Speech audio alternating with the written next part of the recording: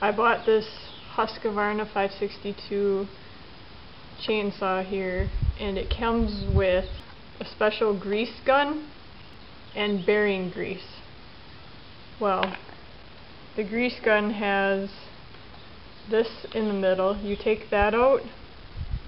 This was on the top. You take this off. You take the top off, and then I had a bit of trouble. I had to use a tool to pull this off, and then that reveals how you push down to get the grease to come out. But put this red piece, I filled up the grease gun with grease. Now this is the messy part. I'm pushing this down, and then you can see it's getting the grease ready to come out.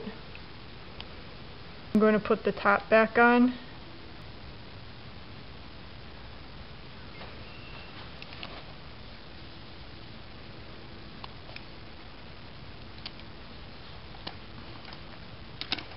So now that the top is back on, I can push this back down to get all the air bubbles out of it.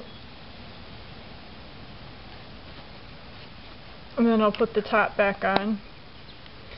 And then to grease, you just push down on it to get it to come out. And see how it's coming out? You just keep pushing down on it to get it to squirt out.